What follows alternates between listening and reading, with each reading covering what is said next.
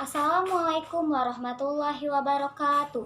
Halo teman-teman, perkenalkan nama saya Jihan Julia Dila dari Politeknik Fiksi Input Serang dengan NIM 20624011143 semester 2 jurusan D3 Akuntansi. Baik teman-teman, saya di sini akan mereview kembali pelajaran bahasa Indonesia di perguruan tinggi yang sebelumnya sudah kita bahas di kelas online. Adapun judul-judulnya bisa teman-teman lihat. Nah, yuk teman-teman, mari kita bahas satu persatu. Materi yang pertama yaitu keterampilan menulis. Menulis adalah bagian penting dalam proses belajar untuk seluruh pelajar, tak hanya di perguruan tinggi. Adapun manfaat keterampilan menulis, yang pertama, memperluas dan meningkatkan pertumbuhan kosakata, dan yang kedua, meningkatkan kelancaran tulis menulis dan menyusun kalimat. Adapun tahapan dalam penulisan, yang pertama, tahap prapenulisan. Tahap prapenulisan di dalamnya terdiri dari penentuan topik, tujuan, dan bahan. Dan yang kedua, tahap penulisan, yang di dalamnya terdiri dari penyusunan paragraf dan kalimat. Dan yang terakhir, tahap revisi atau perbaikan. Masuk materi yang kedua yaitu keterampilan membaca.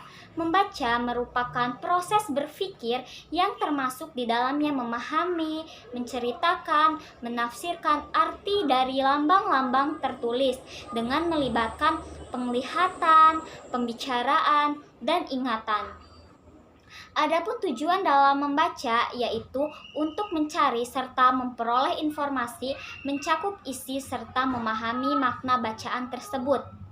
Secara garis besar, terdapat dua aspek penting dalam membaca. Yang pertama, keterampilan yang bersifat mekanis.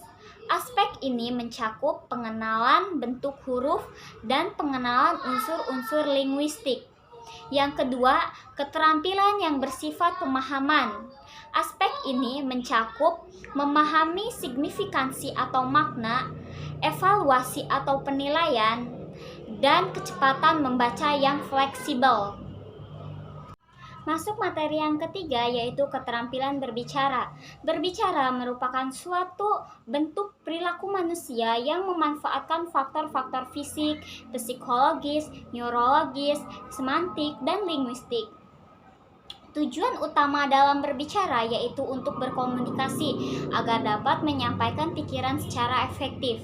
Berbicara memiliki tiga maksud umum. Yang pertama, memberitahu dan melaporkan. Kedua, menjamu dan menghibur. Ketiga, membujuk, mengajak, dan meyakinkan. Adapun 4 metode penyampaian dan penilaian berbicara. Yang pertama, penyampaian mendadak.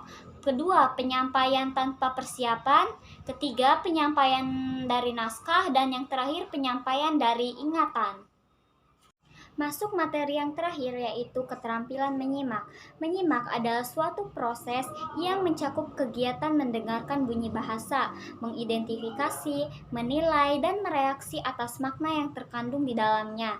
Adapun tujuan menyimak, yang pertama, menyimak untuk belajar, menyimak untuk menikmati, menyimak untuk mengevaluasi, menyimak untuk mengapresiasi, menyimak untuk mengkomunikasikan ide-ide, menyimak untuk membedakan bunyi, menyimak untuk memecahkan masalah, dan yang terakhir menyimak untuk meyakinkan.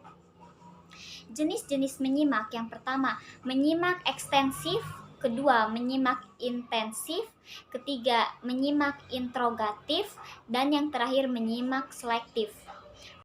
Baik teman-teman, mungkin itu saja materi yang dapat saya sampaikan.